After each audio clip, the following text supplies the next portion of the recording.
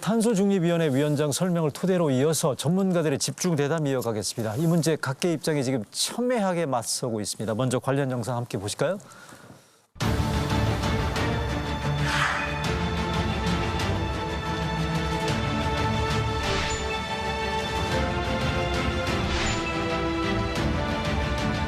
국제사회의 대응도 매우 절박해지고 긴박해졌습니다. 대부분의 나라들이 온실가스 감축 목표를 이전보다 대폭 상향하여 공약하고 있습니다.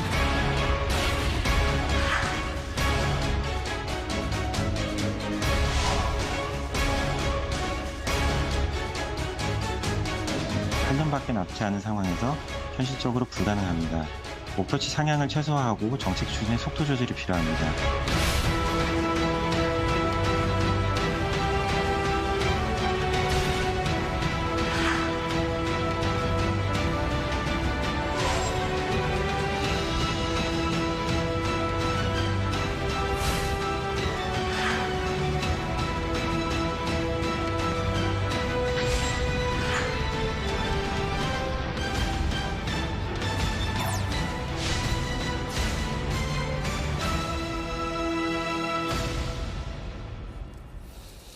네, 탄소 중립 논란과 관련해서 오늘 제가 세 분의 전문가와 대담을 속개해 보겠습니다. 먼저 탄소중립위원회의 임춘택 에너지혁신 분과위원장 나와 주셨습니다. 어서 오십시오. 예, 안녕하세요. 반갑습니다.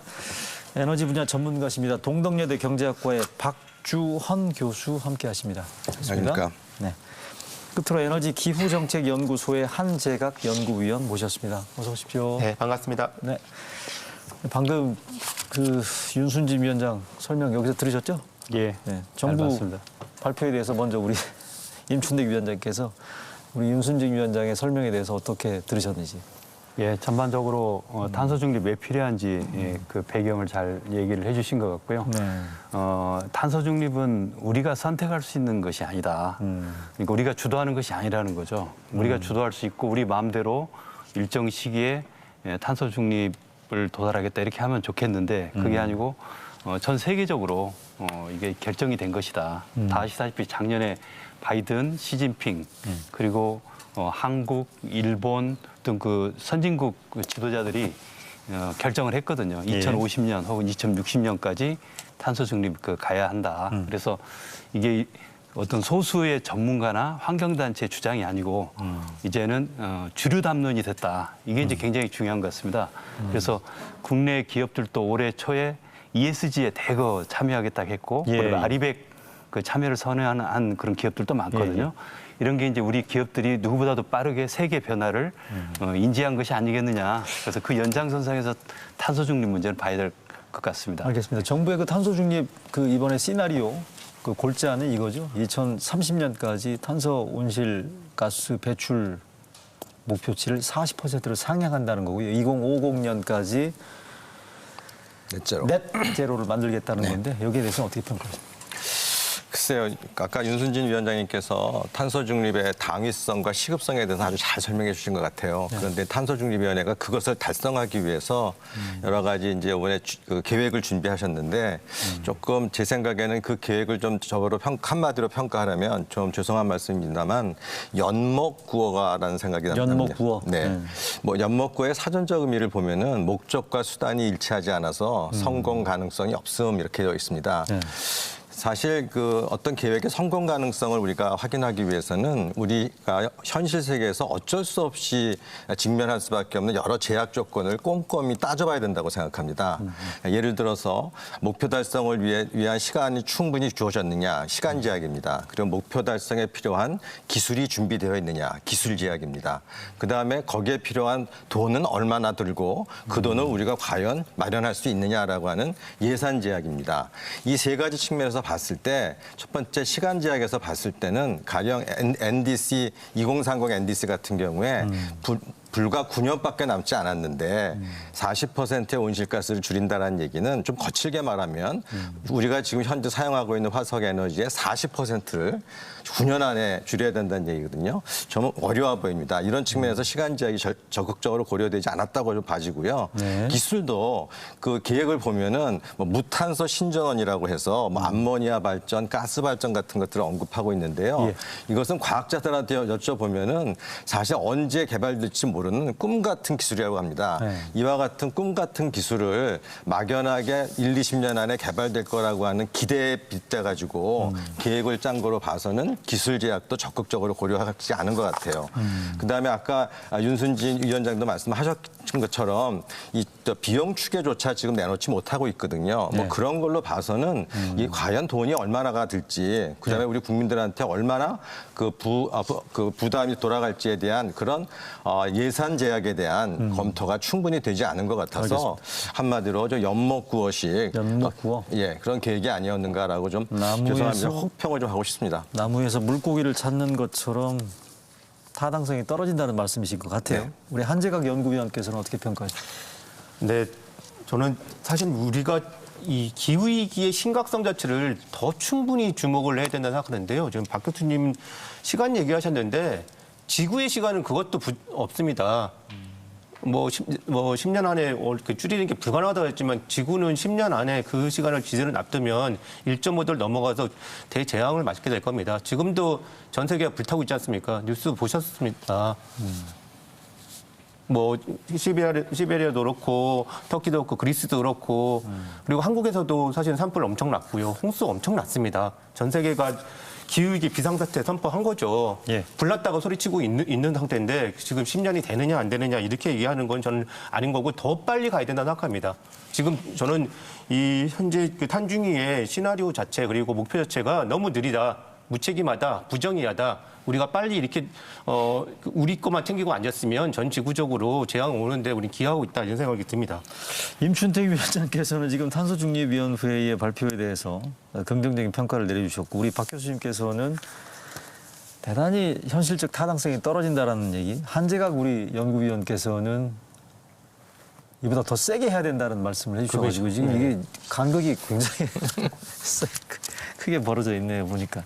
일단 그럼 분야별로 좀 정리를 해보겠습니다. 지금 우리 박 교수님께서 말씀하신 것처럼 이게 지금 현실적 타당성, 시간적인 부분, 기술적인 부분, 비용적인 부분에 있어서 타당성이 떨어진다는 거에 대해서 우리 임춘택 위원장께서 어떻게 반박하시겠습니까? 예, 저희가 이제 의견 수렴을 많이 이 과정에서 해봤는데요. 그 과정에서도 보니까 환경단체나 이런 데서는 너무 속도가 느리다, 이제 이런 불만들이 많이 있었고요. 네. 그리고 이제 잠깐만요. 경제를 환경단체가 지금 느리다라고 얘기하는 거 우리 데이터가 준비되어 있는 게 있거든요. 자료 한번 띄워주시겠습니까? 그렇죠. 국가별 산업 부분 감축량인데 아마 이거를 한재각 위원께서 말씀하시는 그 취지인 것 같아요. 이게 무슨 얘기냐면 아니요, 이거 아닙니다. 국가별 산업 부분 감축량인데 네.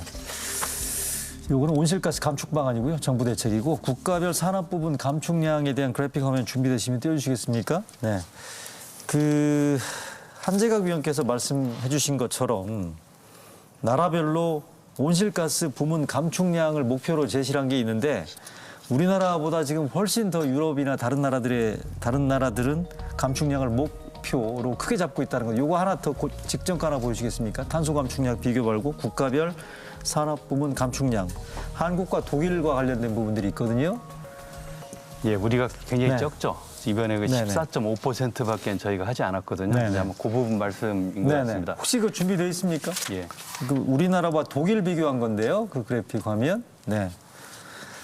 네, 알겠습니다. 즉 국가별 예. 산업, 설명해 주십시오. 예, 그래서 이제 환경 쪽에서는 그렇고 그다음에 이제 산업을 중시하는 이제 또 경제를 중시하는 관점에서 볼 때는 너무 빠르다. 이제 그런 그 양론이 있는데요. 예, 예. 탄중에서 양쪽 의견을 저희가 신중하게 듣고 그래서 우리의 그 제조업 비중이 큰 우리나라의 현실 이것도 네. 감안을 해야 되겠고 그다음에 이제 G7 반열에까지 오른 우리나라의 국격, 선진국으로서의 우리나라의 위상 이것도 이제 고려를 해야 되겠고요. 네. 그러니까 우리가 환경과 경제 양쪽을 다 무시할 수 없는 그 중요한 가치라는 거죠. 네. 근데 이걸 자꾸 대립적으로만 볼 것이 아니라 탄중이 차원에서는 충분히 조화가 가능하다. 우리가 환경을 최대한 존중하면서도 우리 경제에 미치는 영향을 줄일 수 있다. 그래서 대표적인 게 이제 이 부문별 그 감축 비율인데요. 예. 저희가 이제 크게 이제 한 5개 부문 정도로 이제 그 탄소 중립이 이제 전개가 됩니다. 예. 그래서 이제 그 전환, 그래서 발전 부분이 있고요. 예. 그리고 산업 부분, 그리고 이제 건물 부분, 수송 부분, 환경 부분 이렇게 되는데요. 가장 이제 온실가스 배출을 많이 하는 게 이제 발전하고 이 산업 부분이에요. 그래서 발전 부분하고 산업 부분에 있어서의 강약 조절을 우리가 하게 되면 예. 이 두 개의 타협이 가능하다는 거죠. 무슨 얘기냐면 온실가스 감축은 총량으로 하는 거예요. 예. 그러니까 총량만 우리는 만족을 하면 돼요. 그래서 각 국가는 총량 배출만 줄여달라. 이게 이제 국제사회가 이제 공통으로 합의하고 있는 거기 때문에 예. 우리가 이걸 만족 안 하고는 우리가 이제 갈 수는 없는 거고요. 근데 다행히 이 안에서 조절하는 것은 각 나라의 사정마다 다르게 할 수 있다는 거죠. 예. 그래서 우리 같은 경우는 이제 석탄 화력처럼 어차피 지금 줄여 나가야 되는 그런 것들이 많이 있기 때문에 발전 부분은 상대적으로 감축이 용이합니다. 예. 그렇지만 산업 부분은 우리가 철강이나 시멘트 그리고 석유화학, 그다음에 가전 이런 쪽은 우리가 그 급격하게 줄이기가 어렵거든요. 예. 그렇기 때문에 이쪽은 좀 약하게, 그다음에 발전 부분은 좀 강하게. 그래서 발전 부분은 44.4%, 예. 산업 부분은 14.5% 이렇게 된 겁니다. 그러니까 환경단체에서는 이제 발전 부분은 됐고 환경부 이 그 산업 부분이 너무 감축량이 적다 이제 이것만 지적을 하시는 건데 그 얘기죠. 그거 한번 띄워주시겠습니까? 총량으로 놓고 보게 되면 부문별 탄소 그렇진 감축량 않다. 비교 그래픽 하나 띄워주시겠어요? 요 말씀이신 것 같아요. 그러니까 전력 생산 부분들에 있어서는 예. 탄소 감축량 부분들이 나름대로 의미가 있는데 산업 분야의 탄소 감축량 부분들이 이게 지금 만족스럽지 못하다는 예, 환경단체 지적인데 잠깐만 요거는 한재각 위원께서 설명해 제가 주시죠. 좀 얘기를 드려야 할 텐데요. 사실 책임에 관한 문제입니다. 지금 뭐 산업 부분이 줄일 수 있느냐 없느냐의 문제는 지구가 지금 불타고 있는 상황에서 기업을 좀 봐준다는 얘기인 거고요. 사실 많이 알려진 얘기입니다. 국내 30대 대기업들이 배출하는 양이 전체 배출량이 63.4%입니다. 30개 기업씩 절반 이상을 지금 3분의 1을 배출하고 있거든요. 그런데 거기를 배출량을 안 줄인다고 하면 누가 줄이겠습니까? 다른 사회적 약자들이 줄여야 되는 겁니다. 배출해서 기후위기를 야기한 그 책임을 묻지 않고 있기 때문에 탄중위는 그걸 타협시켰다 이렇게 되는데 그건 부정의한 그 결정이죠. 그런데 지금 저기 가장 1위인 기업 포스코 아닙니까? 11% 배출합니다. 포스코. 네. 한 기업이 11% 배출하는데요. 이 수소하는 제철 기술 지금 국제적으로 얘기하고 있는데 스웨덴 기업은 2026년부터 매년 5년 후죠. 도입하겠다고 했는데 포스코는 40년 이후나 하겠다 이러고 있습니다. 게으릅니다. 안 하겠다는 거죠. 현대제철, 유럽에서도 내연기관 자동차 2035년부터 판매 안 하겠다고 했는데 국내에서는 언제 생산 중단하겠다는 얘기 안 하고 있습니다. 돈을 벌겠다고 얘기하고 있는 거죠. 지금 기후위기, 계속 불을 내고 있는 기후위기 책임자들을 처벌하고 그들을 규제하지 않은 상태에서 내놓은 탄소중립위원회 이 시나리오, 목표 부정의하고 잘못된 겁니다. 자, 그러면 우리 박 교수님. 네. 우리나라 제조업 비중이 높은 상태에서 네. 우리 한재각 위원께서 말씀해 주신 것처럼 포스코 같은 철강 산업의 경우에는 대단히 아주 불량한 태도를 보이고 있다고 설명하고 있거든요. 어떻게 반박하시겠습니까?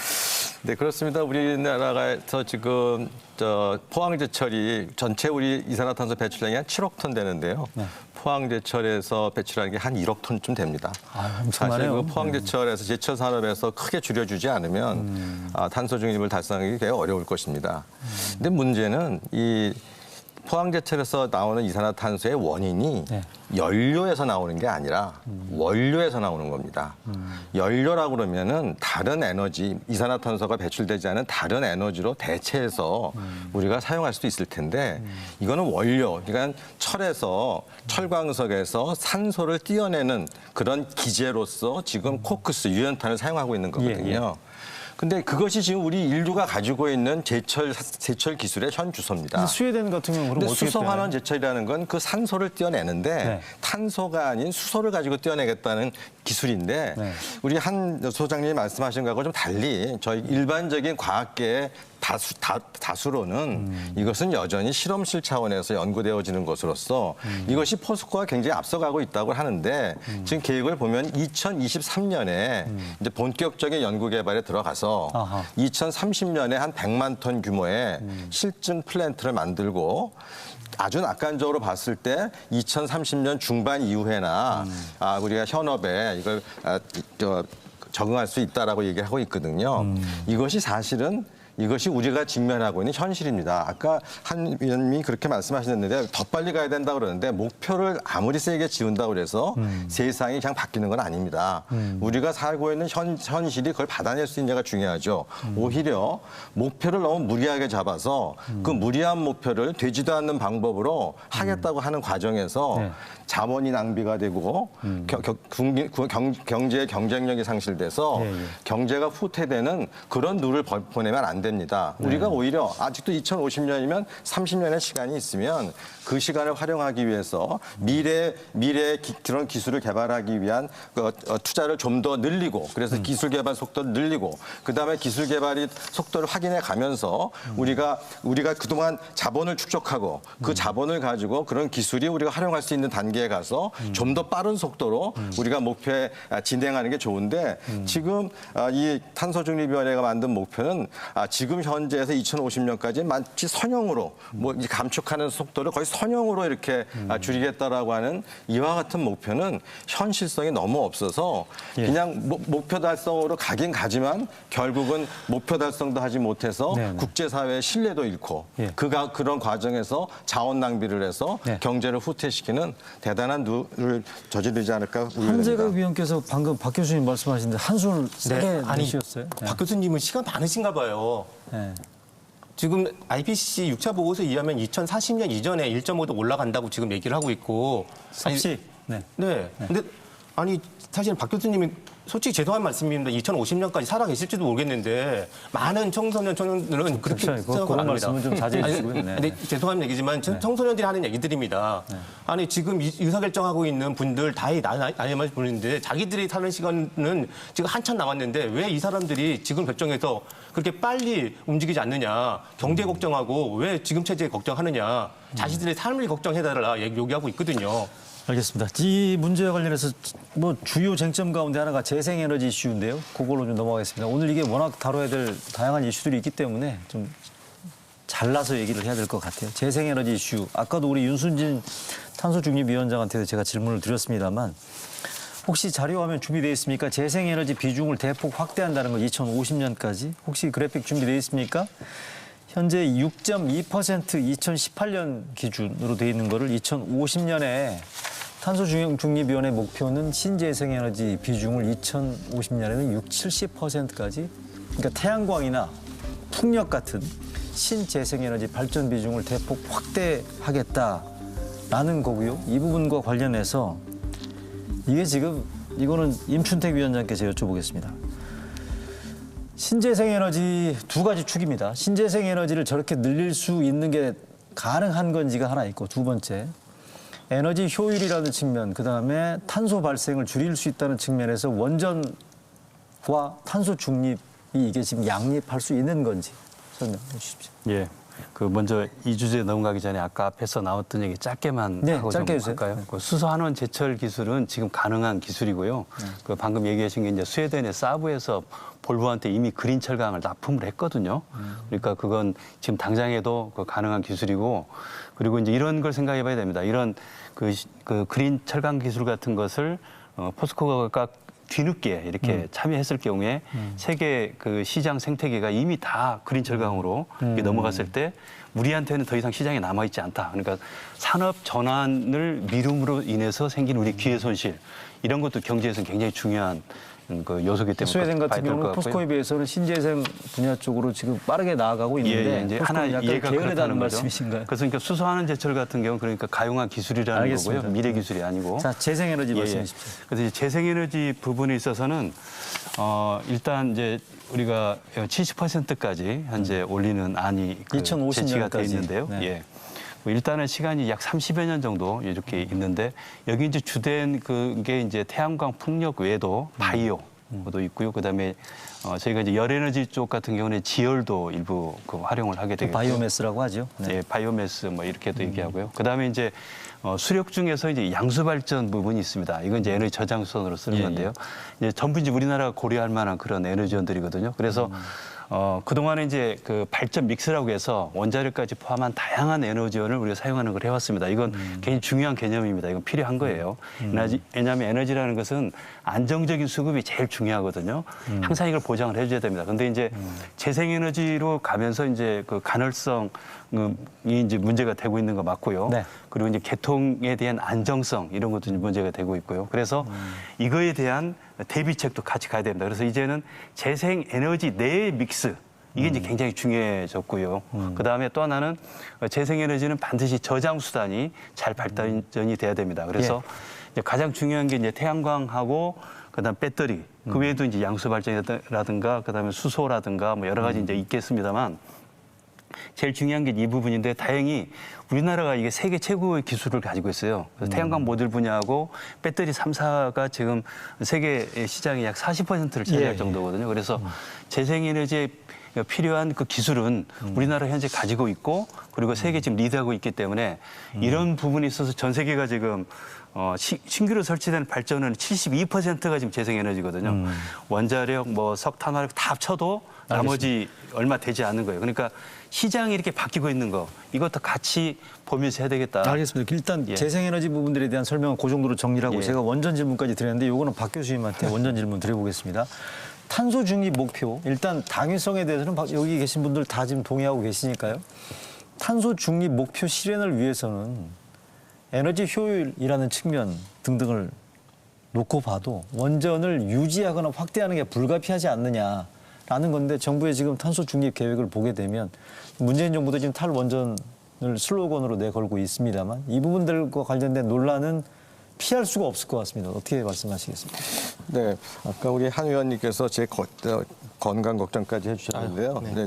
제 건강 상태로서 그때까지 살아 있을 가능성이 있습니다. 나도 내 자식 사랑합니다. 저는 그 목표를 달성하기 위해서 현실적인 가능성이 높은 대안으로 우리가 접근해 가야 된다는 얘기입니다. 지금 우리 인류가 사용하는 에너지는 크게 화석 에너지와 원자력과 재생에너지 이렇게밖에 없습니다. 이 중에서 화석에너지는 이산화탄소가 나가고 원자력과 재생에너지는 나가지 않습니다. 따라서 우리가 탄소 중립을 달성하기 위해서는 화석에너지를 급격히 죽이고 원자력과 재생에너지를 늘리는 방법입니다.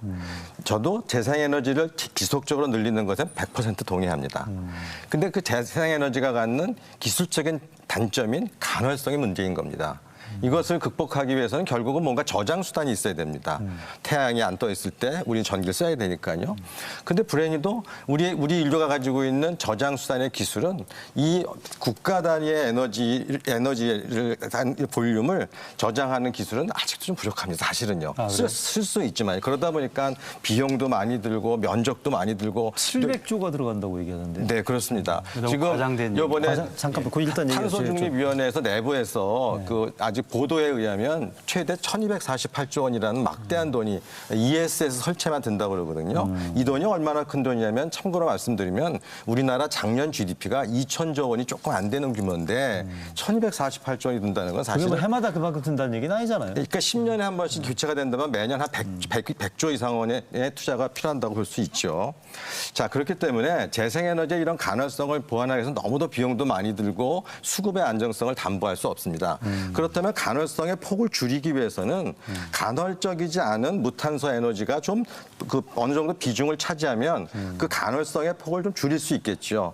그것에 지금 현재 우리 인류가 가지고 있는 기술로서는 거의 원자력이 유일하다는 겁니다.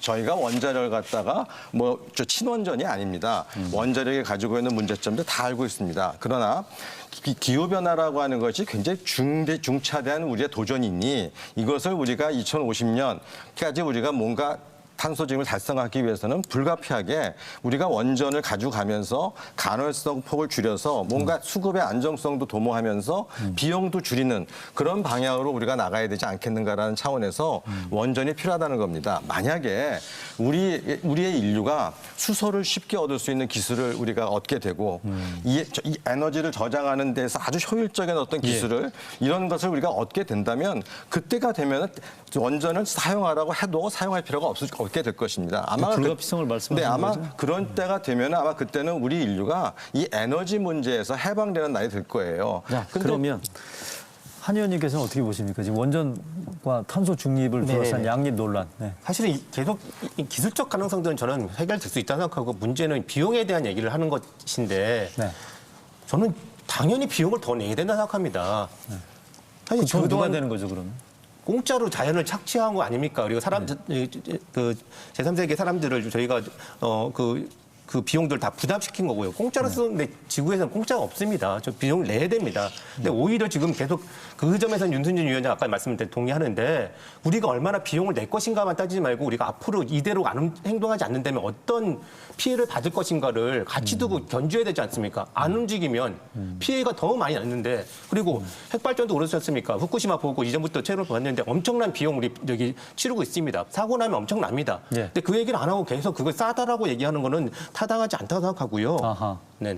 원전에 대해서는 그런 여러 가지 리스크나 위험 부담을 감안하게 되면 신재생 에너지 쪽으로 비용 부담이 크다 하더라도 이 부분은 감수를 해야 된다는 게 한지혁. 그럼요. 근데 네, 그리고 설명이시고요. 말씀하신 기술 발전을 하면 사실 이 비용이 떨어진다는 하는 얘기도 있는 것이니까 그걸 봐야 되는데 계속 비용만 강조한다는 거는 결국은 움직이지 않는다. 탄소 중립 얘기를 하지만은 사실상 나는 움직이지 않겠다라는 얘기를 하고 싶기 때문에 비용 얘기를 하는 겁니다. 그 비용 얘기 관련해서 제가 시청자분들께 설명 하나 드려야 될 게 지금 방금 전문가분들 언급된 내용들 가운데 신재생에너지 에너지 저장 비용이 어마어마하게 들어간다라는 그런 논란이 있거든요. 무슨 얘기냐면 태양광, 풍력 같은 경우는 해 안 뜨면 태양 발전을 못하기 때문에 해 뜰 때 발전해놓은 에너지를 저장해야 될 텐데 그게 ESS죠.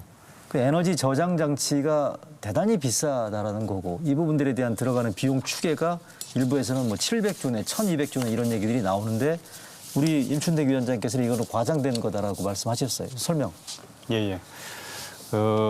먼저 저는 원전하고 재생에너지가 일정 기간은 서로 같이 가야 된다. 저도 그렇게 봅니다. 아하. 그래서 저희가 급격하게 그거는 박 교수님 먹을 생각이 크게 다르지 그래서 않네요. 급격하게 원전을 줄여나가는 거 그건 우리 경우는 좀 가능하지 않다. 우리는 원전 비중도 크고 하기 때문에 네. 독일 같은 경우 내년이면 다 원전 이제 다 없이도 이제 독일이요? 예, 재생에너지 비중이 벌써 47%까지 올라갔거든요. 그래서 가능한데 우리 경우는 사정이 좀 다르다. 그래서 우리는 천천히 원전을 자연스럽게 감축해 나가는 것이 병행해가면서? 바람직하다. 네. 그래서 급속하게 탈원전까지는 그렇게 하는 것은 우리한테는 굉장히 부담이 너무 크다. 그래서 현재 있는 거 최대한 안전하게 하면서 수명까지 쓰는 게 바람직하다 보고요. 그 신재생에너지 그 설치와 그다음에 저장 비용이 굉장히 과다하다고 그러는데 그건 그 시장 그 변화 추세를 모르고 하는 얘기였습니다.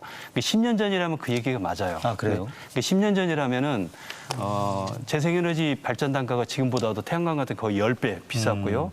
풍력도 3배 비쌌고 아까 유수진 교수가 얘기한 그 데이터가 맞습니다.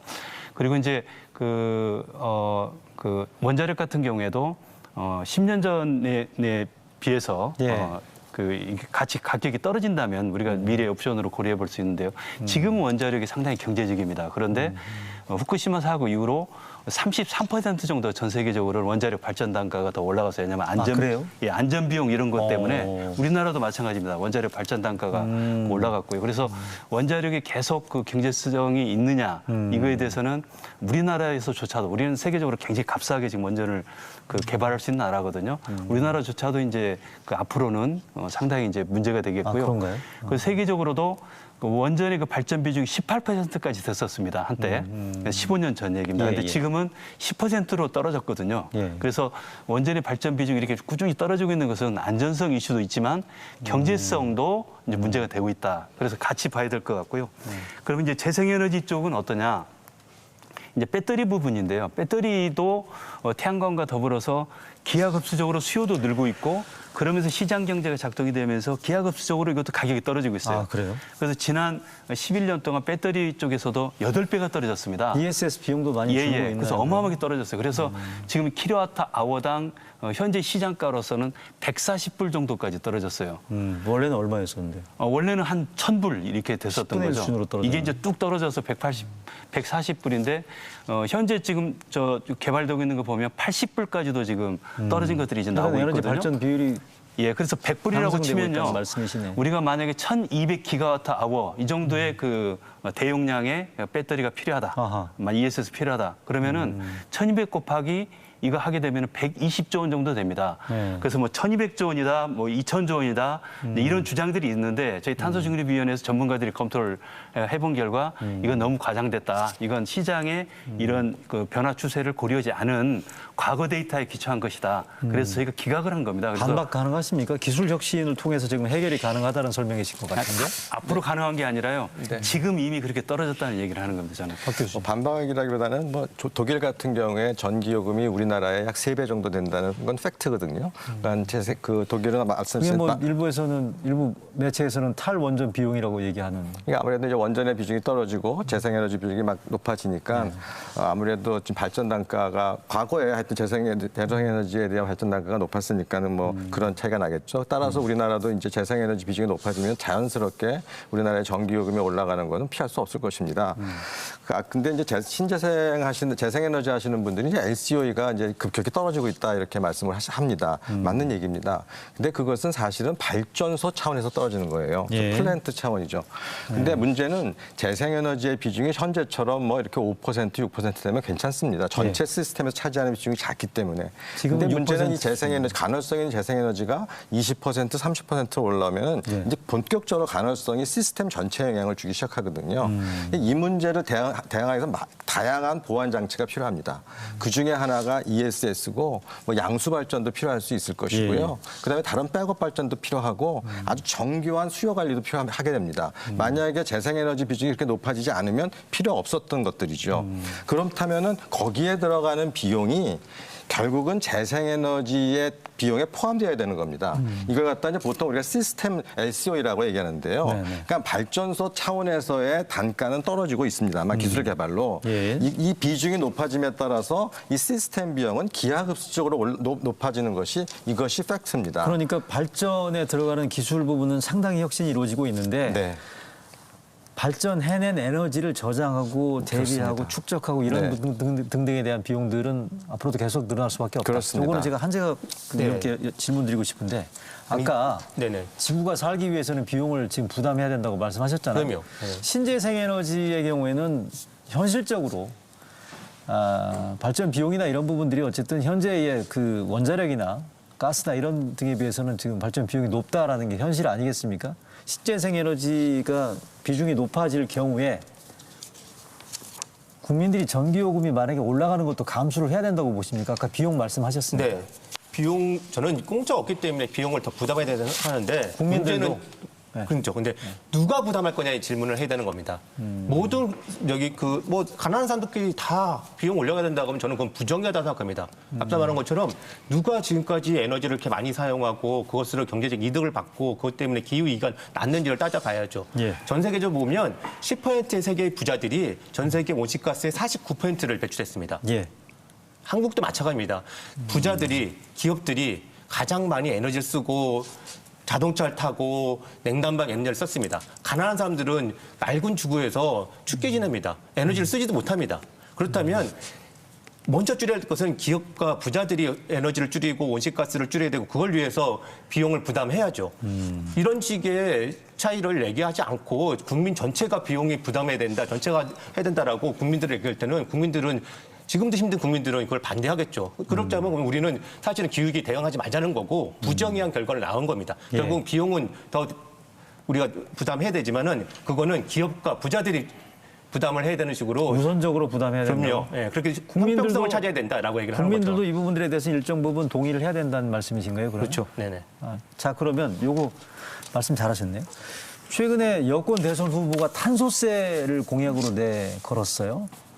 기본소득 등등에 대한 복지 재원을 조달하기 위해서 탄소세를 내걸었는데 한 의원께서 말씀하신 탄소세가 그 개념으로 볼 수 있는 거 아니겠습니까? 네, 일부에 그 가깝습니다. 네. 근데 다만 탄소세는 에너지 비용을 더 올리자는 거지 않습니까? 근데 네네. 그 비용에 대해서 누군가는 역진성 때문에 더 힘들어질 겁니다. 지금도 힘든 사람 에너지 비용 더 올라가면 안 예, 되죠. 예. 그래서 기본소득을 얘기하든 뭐 대당을 얘기하든 간에 그 돈을 가지고 그 사람들한테 다시 도돌려주자라고 하는 건 형평성을 높이는 하나의 접근이라고 생각합니다. 그렇죠. 자, 그럼 우리 위원장님께 일단 재원 문제에 대해서는 이건 피할 수가 없다고 생각이 되거든요. 이건 어떻게 해결을 해야 된다고 보십니까? 아까 말씀하신 것처럼 탄소 왕창 발생하고 있는 기업들이나 재벌들 뭐 이런 쪽이 우선적으로 부담을 해야 된다는 얘기도 있고 국민들 차원의 탄소세에 대한 논의도 이를테면 넓혀야 된다는 얘기들도 있는데 재원 문제에 대해서 의견. 예.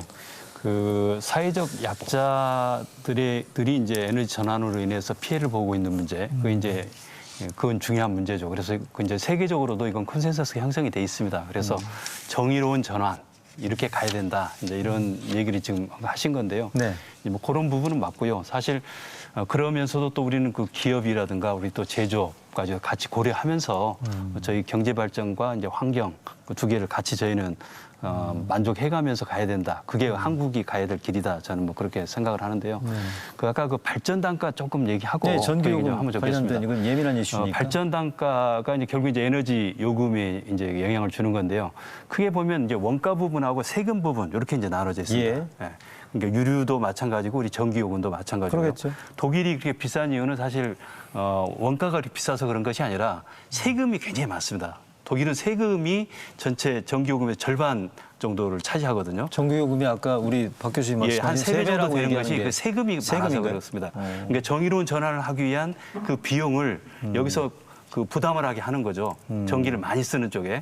그렇게 해서 이제 사회적 정의도 같이 가져가는 것이 이 탄소 중립으로 가는 에너지 전환의 그 큰 그 개념입니다. 그래서 그런 방향으로 가는 건 맞고요. 근데 이제 원가 부분만 놓고 보게 되면 재생에너지가 자꾸 비싸다 그러는데 지금도 세계적으로 보게 되면 재생에너지가 가장 쌉니다, 이제는. 예를 들면 태양광 같은 경우는요, 킬로와트아워당 12원까지 떨어졌거든요. 근데 우리나라가 지금 지원금이 얼마입니까? 킬로와트아워당 가정에서 약 한 120원 정도 하거든요. 이게 발전 단가로 놓고 보게 되면 대략 한 100원 전후 정도 해요, 근데 우리나라가요. 박 교수님 말씀은 예. 에너지 근데- 저장 장치 등 근데 재반 비용. 발전하고 네, 네. 이제 나머지 쪽 시스템이라고 얘기하는 게 이제 송배전 부분인데요. 네, 네. 이게 재생에너지 쪽으로 가게 되면 이제 분산 발전을 하기 때문에 송배전 비용이 일부 늘어나는 부분도 있지만 분산하기 때문에 송배전 비용이 오히려 줄어드는 부분도 있어요. 네. 그렇기 때문에 앞으로 이제 우리가 탄소 중립 가려면 어떤 에너지 수단을 쓰든지 지금보다는 전기 사용량이 한 2배 이상 늘어나야 됩니다. 네. 그러면 이제 송배전 비용이 굉장히 많이 늘게 되거든요. 그래서 이게 재생에너지를 사용해서 분산 발전을 하지 않으면은 송배전 비용이 더 늘어날 수가 있습니다. 그것도 큰 돈이잖아요. 예, 그래서 송배전 비용이 이제 한 200조 원 정도 그렇게 이제 되거든요. 그래서 그 비용을 절감하는데도 재생에너지가 사실은 부정적인 부분도 있지만 긍정적인 부분도 크다. 그래서 그렇게 원가 부분을 보게 되면은 우리나라가 이제 전 세계적으로 다른 나라보다는 재생에너지 발전 비용이 지금 한 2배 정도 비싸요. 여러 가지 사회적 비용이 많기 때문에 그런 예, 건데요. 예. 그렇다 해도 지금 이제 태양광 같은 경우는 한 112원, 예. 그다음에 이제 풍력 같은 경우는 131원 예, 이 정도 지금 이제 사회적 단가가 지금 되고 있거든요. 알겠습니다. 그래서 세계적으로 보게 되면은 원자력 같은 경우는 180원까지도 현재 지금 단가가 올라가고 있어요. 그래서 세계와 우리나라로 좀 다르긴 하지만 우리나라 경우에도 이런 그 기술의 변화, 시장의 변화를 예. 고려해가면서 계획을 해야 되겠다. 그래서 원가 부분은 사실 앞으로 크게 재생에너지를 간다 할지라도 올라가지 않을 가능성이 더 높다, 사실은. 다만 세금 부분은 이제 탄소세 부분이 아니라 이제 배출권 거래라든가 다양한 이제 그 유류 그 환경세라든가 이런 세제가 있기 때문에 이건 종합적으로 한번 놓고 알겠습니다. 우리 국가적으로 한번 누가 분담할 것인지 네. 예, 그걸 이제 고려를 해야 될 사안 이거는 같습니다. 제가 마지막으로 박준 교수님한테 질문 드리고 싶은 게 지금 이 얘기를 아까 우리 한 의원께서도 말씀하셨습니다만 국민 부담 이슈라는 거는 결국 사회적 합의가 반드시 필요한 이슈 아니겠습니까? 그러니까 탄소세 내지는 재벌이나 기업들이 부담해야 된다는 말씀해 주셨고 우리 위원장님께서 말씀하신 역시 그 부담에 대한 원칙을 말씀해 주셨는데 요거는 박 교수님께서 좀 결론을 좀 내주시겠습니까? 이게 국민 부담에 대해서는 사회적 합의가 전제돼야 되기 때문에 네. 재원 관련된. 네. 네. 이산화탄소를 배출해서 그것이 환경에 영향을 주지 않을 때는 이산화탄소를 공짜로 버려도 되죠. 그러나 이것이 이제 환경에 부담을 주기 시작하면 당연히 그 부담에 대한 비용을 지불해야 되겠죠. 그 이제 우리가 그 탄소에 대한 비용을 지불시키는 방법은 두 가지가 있는데 하나는 아까 말씀드린 배출권이라는 제도가 있고 탄소세라는 제도가 있습니다. 우리나라는 지금 현재 배출권 제도를 운영하고 있었는데 이 배출권 제도는 주로 대량으로 이산화탄소를 배출하는 업체들 중심으로 하고 있어요. 예. 그러다 보니까 경제 전반에 대해서 이 비용에 대한 지금 부과를 하지 못하고 있는 거거든요. 그런 차원에서 탄소세 도입에 대해서는 한번 우리가 긍정적으로 검토해 볼 필요가 있다. 우리가 마치 쓰레기 종량제를 해서 쓰레기 양이 줄어들었듯이 하는 것처럼. 우리가 이산화탄소를 배출하는데 비용을 지불하게 함으로써 우리가 그 양을 줄일 수 있다라는 차원에서 뭔가 우리 국민 전체가 부담하는 그런 탄소세 같은 것을 도입해 볼 필요가 있다. 근데 네. 아까 이제 한 의원님 말씀하신 것처럼 이제 재생에너지가 높아지고 탄소 중립 시대로 가면 당연히 이제 에너지 가격이 높아지는 거죠. 소위 말해서 지금 제 생각엔 저에너지 가격 시대에서 고에너지 시대로 우리가 옮겨가는 겁니다.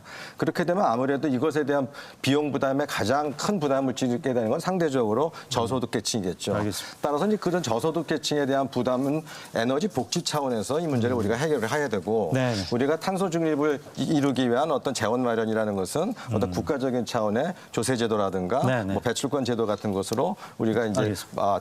마련하면 될 것 같습니다. 그건 잘 이해가 되네요. 탄소 중립 논란에 대해서 오늘 찬반 들어봤고요. 방법상 또 시기상 어떤 절차를 거쳐야 되는지에 대해서는 오늘 확인해 주신 것처럼 상당한 이견이 지금 노출이 됐고요. 다만 좀 그나마 다행인 거는 이게 우리가 모두 가야 할 방향이라는 데에 대해서는 이견이 없는 거는 참 그나마 조금 좀 마음이 놓이는 대목이네요.